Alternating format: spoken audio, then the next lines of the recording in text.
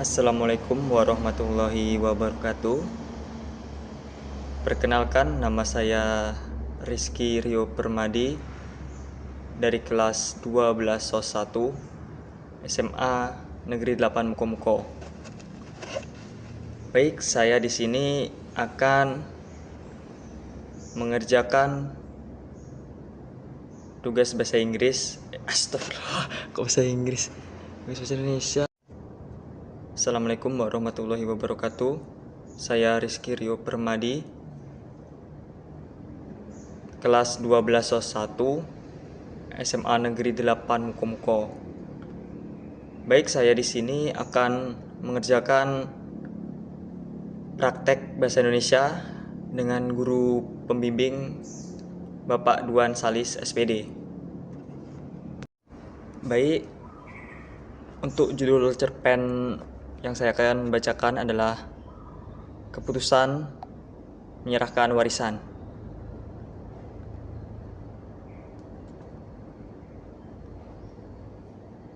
Ia memukul meja kayu lapuk yang ada di hadapannya, itu dengan wajah yang bersungut-sungut dan memerah seperti darah.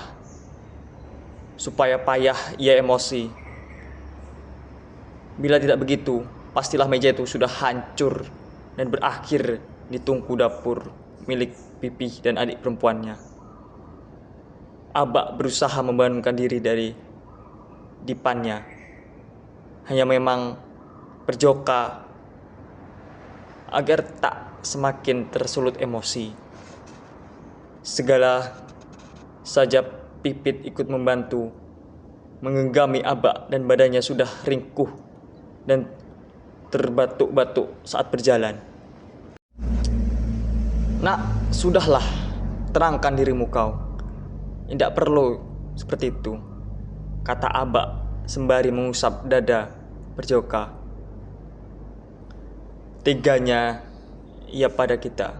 Ladang itu milik Abak.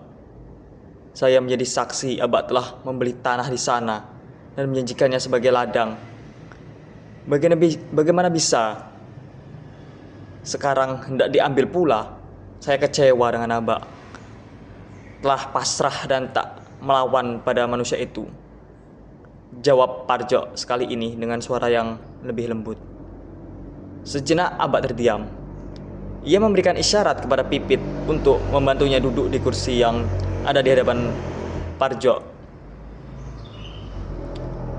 Janganlah bicara seperti itu pada Mama. Biarpun begitu, ia kelak akan menjadi wali kau dan Pipit saat Abak telah dijemput oleh Tuhan. Pipit terluka. Abak berkata begitu. Usia Abak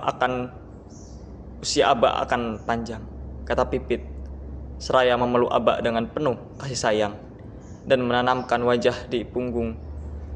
Ia mengusap butir-butir air mata yang telah keluar dari kelopaknya. Siapa yang hendak menjaminnya? Anakku. Abak sudah tua, sakit-sakitan pula. Tapi Abak akan menarik kembali ucapan Abak apabila itu telah melukai hati anak gadisnya. Biarlah saya datangi dia, kata Abak.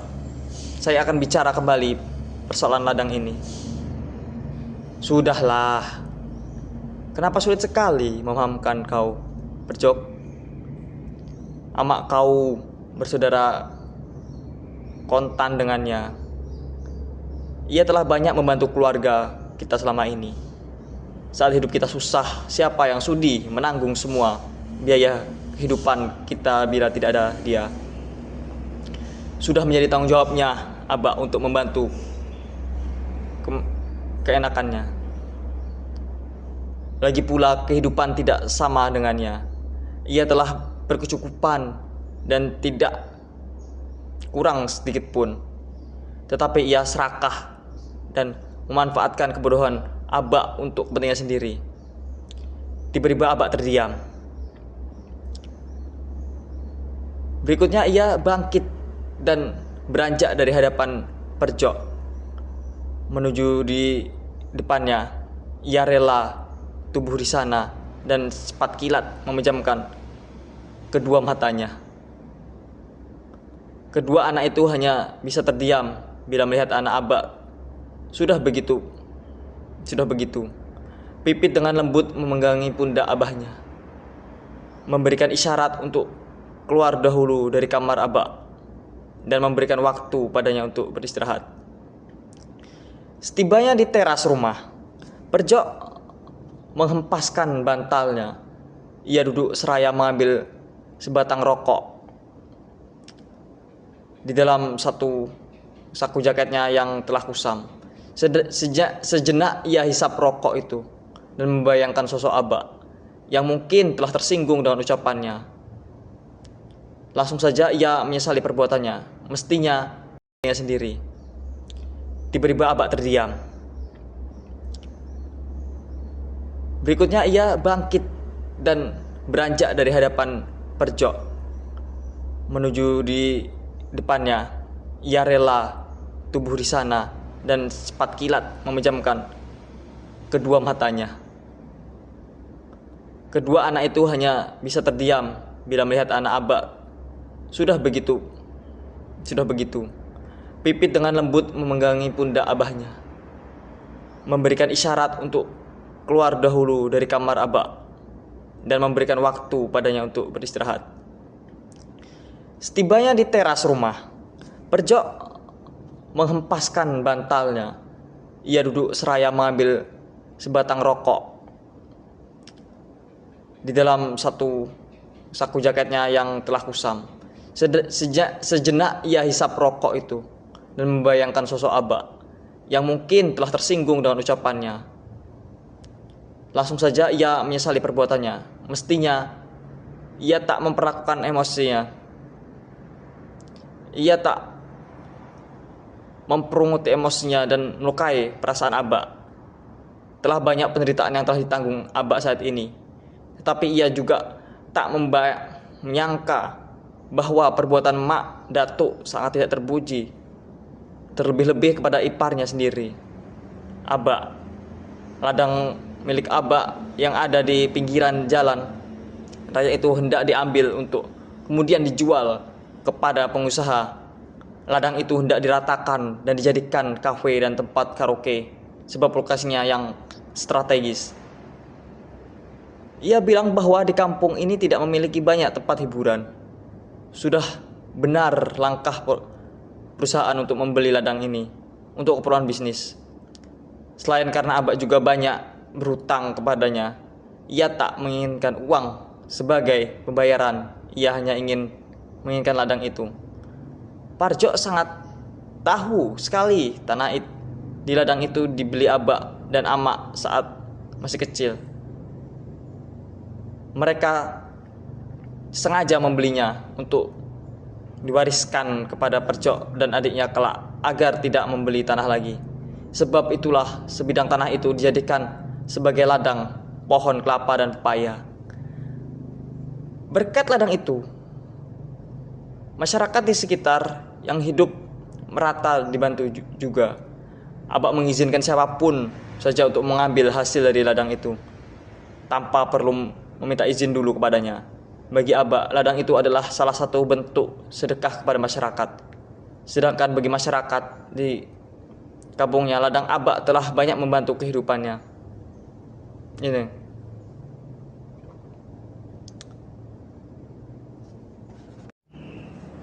Dahulu, Aba masih terbilang berkecukupan. Ia mengelola sawah pribadi peninggalan kedua orang tuanya yang sudah tiada. Bersama Ama, Aba membesarkan dirinya dan Pipit dari hasil pengolahan sawah itu. Tak sekalipun ia dan adiknya berkekurangan. Adapun yang mereka inginkan dapat segala terkabulkan.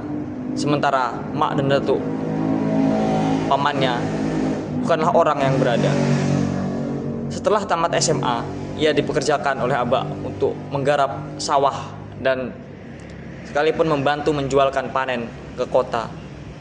Ia tak pernah lupa bahwa pamannya itu sering pula menumpang makan di rumah mereka. tetapi ia cukup pandai untuk belajar dan memiliki keinginan yang kuat untuk berkuliah. Sebagai kakak satu-satunya yang menjadi tumpuan dalam harapan bagi adiknya, Ama bersepakatan dengan Aba untuk membantu menguliahkan Mama Datuk di perantauan hingga berhasil meraih gelar sarjana. Aba sampai harus hidup bekerja keras mengumpulkan uang untuk dibagikan kepada keluarga dan juga adik iparnya itu. Singkat cerita, tahun demi tahun sudah dilewati. Keluarga Aba dilanda cobaan dari Tuhan. Ama yang sehat sebelumnya tiba-tiba sakit karena terkena penyakit jantung. Sudah berupaya diobatkan, namun hasilnya sia-sia. Penyakit Ama bertambah parah dan uang simpanan mereka habis pula untuk biaya obat. Sampai-sampai Aba masih menjual sawah yang telah menghidupi keluarganya selama ini demi pengobatan Ama. Tetapi sekali lagi usaha Aba sia-sia. Ama tak mampu diselamatkan dan menghembuskan nafas terakhirnya. Dan Parjo masih duduk di bangku SMA. Sejak itu, kebahagiaan di keluarga mereka sirna. Harta dan orang tua tersayang sudah lenyap, tak mampu membangkitkan gairah hidup Aba. Sebab itu setelah lulus SMA, Parjo memutuskan untuk bekerja apa saja untuk menggantikan posisi Aba. Tetapi ia tak lupa bahwa ia memiliki seorang paman yang selama ini telah dikuliahkan kedua orang tuanya. Pamannya akan menjadi pengganti dan harapan satu-satunya untuk membantu memperbaiki kondisi keluarganya. Setelah 2 tahun menanti, pada akhirnya pamannya ia panggil Mama Datuk itu lulus dari gelar sarjananya. Ia segera mendapatkan tawaran kerja di kota dan berpenghasilan yang baik. Ketika mengetahui kondisi Aba, ia sangat prihatin dan seringkali membantu keuangan mereka. Aba merasa berkecukupan sekali karena telah menghasilkan pengantar adik iparnya untuk kehidupan yang lebih baik. Saban hari Aba mengunjungi adik iparnya. Betapa